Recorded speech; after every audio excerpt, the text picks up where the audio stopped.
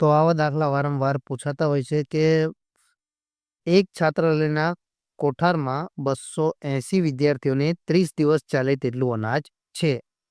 જો 20 નવા વિદ્યાર્થીઓ દાખલ થાય તો તે અનાજ કેટલા દિવસ ચાલશે?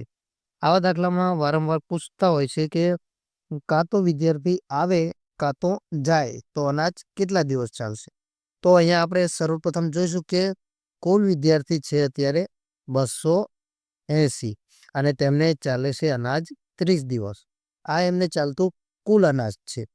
તો હવે આપણે 20 વિદ્યાર્થી નવા આવે છે એટલે કે 280માં આપણે 20 વિદ્યાર્થી નવા ઉમેરશું તો હવે આ અનાજની વહેંચણી 300 વિદ્યાર્થીમાં થશે.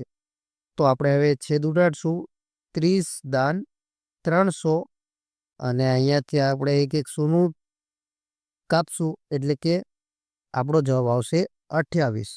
તો આ દાખલાનો જવાબ છે કુલ 28 દિવસ આ અનાજ ચાલશે એટલે જવાબ નંબર એ. તો આવા દાખલામાં ક્યારેક દિવસો પણ પૂછે છે.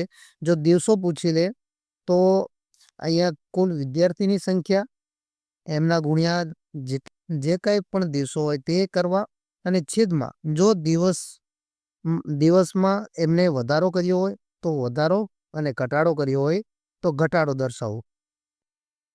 તો આવા ને આવા મેથ્સ PYQ જોવા માટે આપણી ચેનલને સબસ્ક્રાઈબ કરી લો અને વિડીયો ગમ્યો હોય તો વિડીયોને લાઈક કરી દો, તમારા મિત્રો સુધી શેર કરી દો.